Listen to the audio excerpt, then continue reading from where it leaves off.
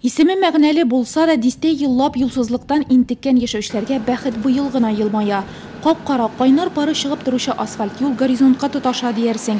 Юлчылар урамның бер участогында эшне төгәлләп килә. Барлыгы 3300 артык квадрат метрда эш башкарасы.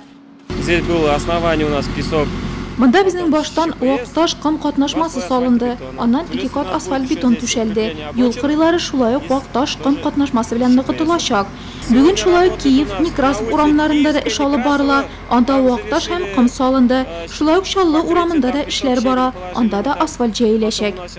Бәхетле урамы озынлыгы 750 метр. Шуның 610-сы бер якта булса, калганы борылыштан читтәрәк дәвам итә. Анысына беренче кат асфальт бетон катнашмасы түшәлгән инде. Сыйфаты булсын, озак хезмәт итсен өчен икенчесендә салалар. Беренчедән без слойны бит инде җәер алдыннан основание ясыйбыз яхшы иттереп. Основание тигез булса, юлы да тигез буланы озакта торачак, утырмаячак та ул. Икенчесе заводтан аны безгә әйбәт иттереп ясап кына заводчылар китерә. Шуның буенча безнең сыйфатлы тигез юлларыбыз чыга да инде. Технологиялар бөтенесе дөрес яхшы иттереп бетәлә безнең.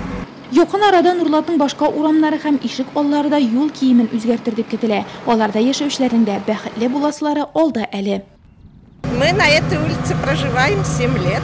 Без бу урамда 7 ел яшибез. Юл начар иде, пычрак ярып йөрдек. Хәзер безгә әйбәт юл салдылар. Без бик шат.